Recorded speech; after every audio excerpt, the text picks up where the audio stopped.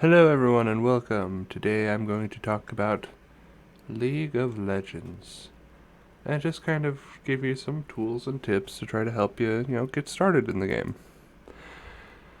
Now, first of all, in League of Legends, there is a lot of information to take in. If you just start out and you're going, "Oh, I don't know what to do, I don't know who to play," and you just go to the champion list, there's a lot of them. You're probably thinking, "Oh, how do I know what to play and who to play where?" Luckily, League has a practice tool so that you can learn what you're doing. Now, on top of the practice tool, a thing that I highly recommend using when looking at how to play a champion is this website right here, op.gg. If you go to champions, it'll tell you what lane and which champions are good.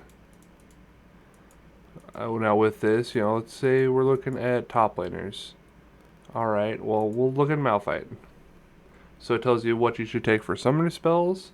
It tells you which order you should put your abilities into. It tells you what items you should buy in which order. It tells you what runes you need to run. Now,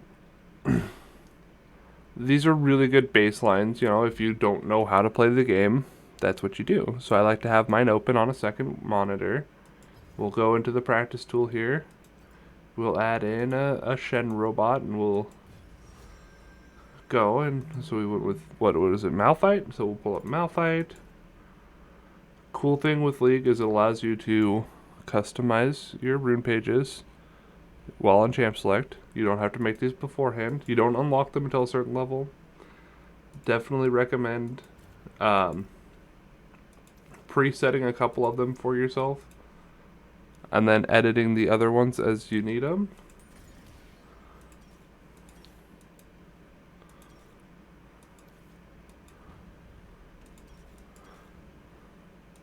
So we're just setting the rune page real quick. It said ignite and flash, or other one in teleport and flash. So I don't like teleport, so I'm going to go with ignite.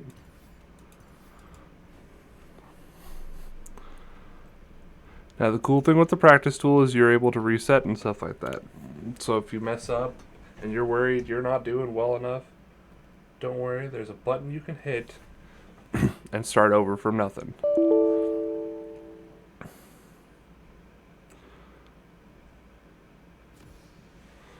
Okay, so we'll start with that. Now, one thing to always remember, awards are important. You'll always, even if you don't buy one, so if I undo the purchase of the award, unless they changed it, we're about to find out if I'm a dumbass. But should be right about the time I hit here, it will give me my award for free. There it is. So, one thing I also always recommend is figure out where you're most comfortable with your abilities being. Some people like to put flash on D, some people like to keep theirs on F. Most champions will always run flash. There's a very few who don't.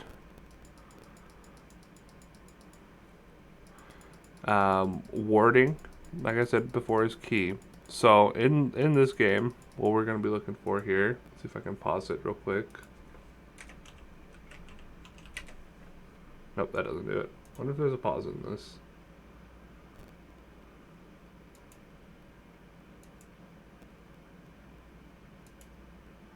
No, there's not. Okay. Anyways, so the point of League, kind of the baseline here, is every team's goal is to get their opponent's nexus. Your nexus, their nexus. Do so by going down the lanes. Starting the game out, each turret has 5 plates. He went bot side instead of top side because bots are dumb. Go there. So the whole point of it, generally you'd be fighting in the top lane. The whole thing that you're supposed to do is work on killing minions. So this is what the practice tool is really good for. Work on last hitting minions. Do so without using your abilities. work on trading, where you use your spells and abilities to get just a little bit of damage on them.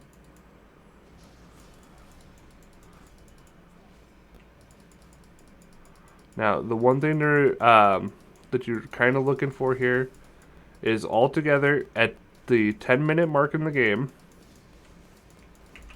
you should have 100 CS. That's your CS right over there in the corner. Minion kills. If you end with 100 CS at 10 minutes, you are sitting at close to a pro level. I mean, that's not true. I think it's really good. That's like the best farm you can go for. Don't get mad when you can't do it. Like,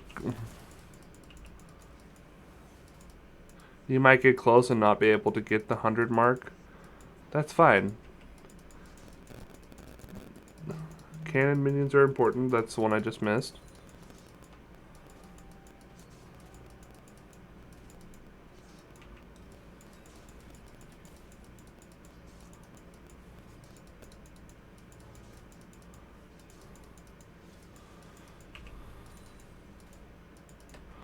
You don't want to miss all the minions like I am.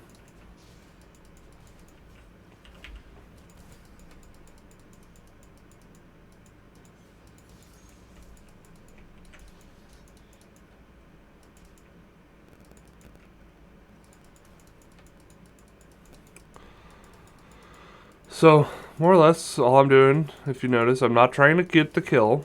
I'm practicing hitting the minions, trying to get better at last hitting them. I'm losing to the bot and minion farm, but that's also I was talking at the beginning and not farming. Another thing that's very important, so he had just used his flash ability. You want to let your team know. You can do so by holding down tab and clicking on the ability. The reason why, that is a very long cooldown summoner spell. That is 300 seconds, 5 minutes. So for the next 5 minutes, he doesn't have that escape. That's very important for your team to know, because normally in the game, you'll have a jungler.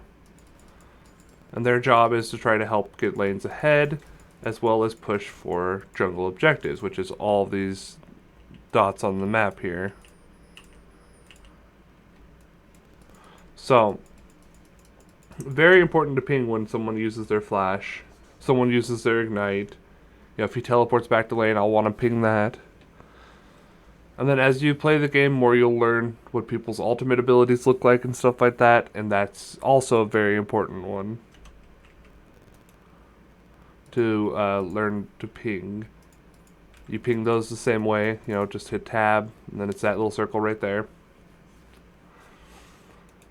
Now, on top of pings for that, excuse me, say he goes walking out of lane and I can't find him. If you hold down either Control and you can slide your mouse around, or G and you can slide your mouse around, you have different pings that you can do.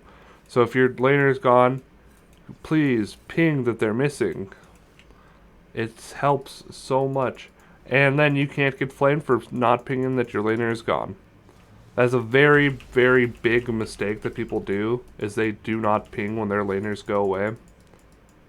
And then they get flamed, and it becomes rough. Because what ends up happening is if you don't let other people know your laner's gone, and your laner goes, you know, if my guy goes to mid lane and kills the mid laner, that not only puts our mid laner behind, that puts me further behind, because then he got a kill. I didn't get a kill. So, you know, that's the thing with that. Now, if you do, one thing to know is if you do go into the practice tool with a bot, you're going to have to farm using your abilities more often than not, because the bots will not let you just free farm. Now, pushing waves and stuff is something I'm not super good at doing. I normally play jungle, so I don't have to farm minions. But if I leave the wave right now and that guy doesn't come back, this wave is going to continuously push for me because we have more minions in it. Whereas if I let their minions kill down everything, then, you know, it'd start pushing back at me. You see, if I wait till the minions do all of the work for me on the other minions, then it's a lot easier to last hit until Shen shows up and is a dick.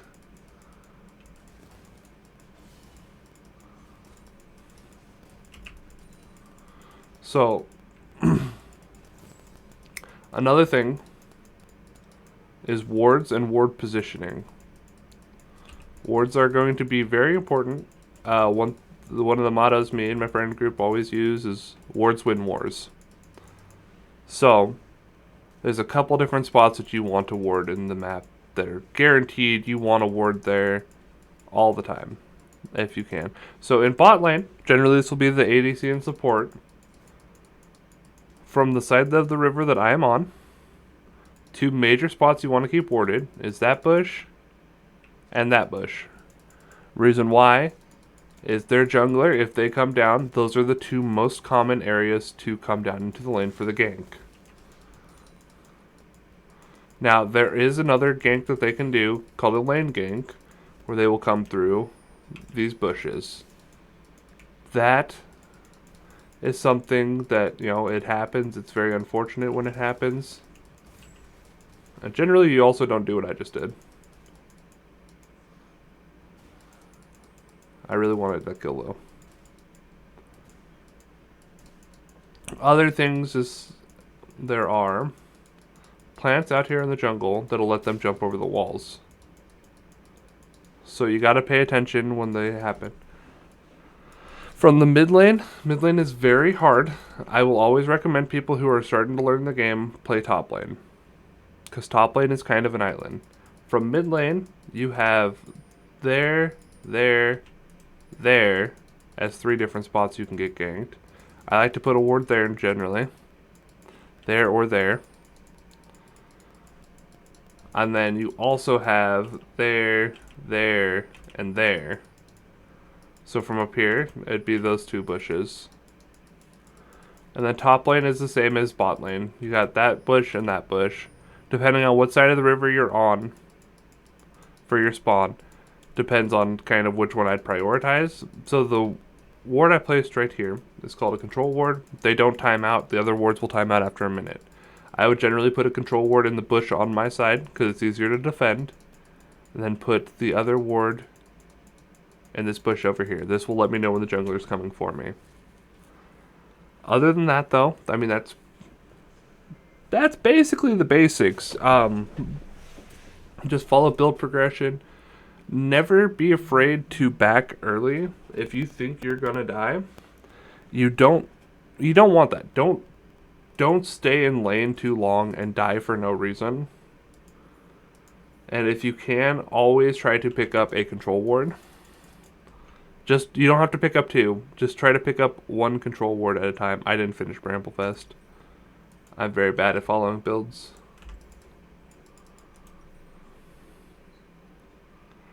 But, yeah, just do that and then go back to practicing last hitting minions against the guy. See, I'm still ahead in minions, and I'm ahead in kills. He does have tower plates on me, though.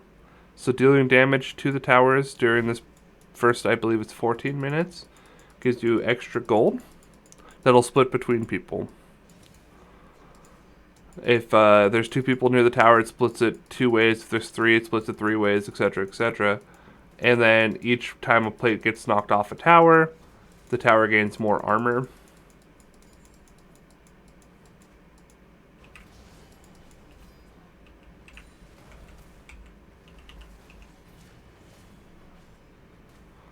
Yeah, see, that's just...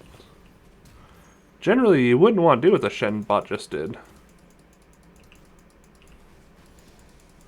Where you jump in on someone who's higher level than you. I'm not higher level than him. Okay, jump in on someone who has more items than you. But yeah, no, that's basically it. If you get to a point where you think, you're ready to try something new, you can always try other champions. But this is just kind of a basic laning guide. Yeah. So, I'm going to go ahead and exit this one. So again, fundamental stuff to remember. Don't be afraid to look up a build. Don't use sites like MobaFire. Use op.gg. The reason why is this pulls from pro matches and diamond up, so that actually pulls from higher tier players. And don't be afraid to use the practice tool. If you just want to scroll through the champion list and find a champion that you enjoy, do it. Find a champion you like. Say I really like the way Tom Kench looks. Try to find a guide for him. Try to figure out where he plays. YouTube guides are going to be your friends. I learned how to play Jarvan 4 from watching a platinum streamer. And that's one of my favorite champions. One of my absolute best champions is Jarvan 4. And yeah. Other than that, though, thank you guys for watching. You can catch me live on Twitch Wednesday through Saturday around 6 p.m. Pacific Standard Time.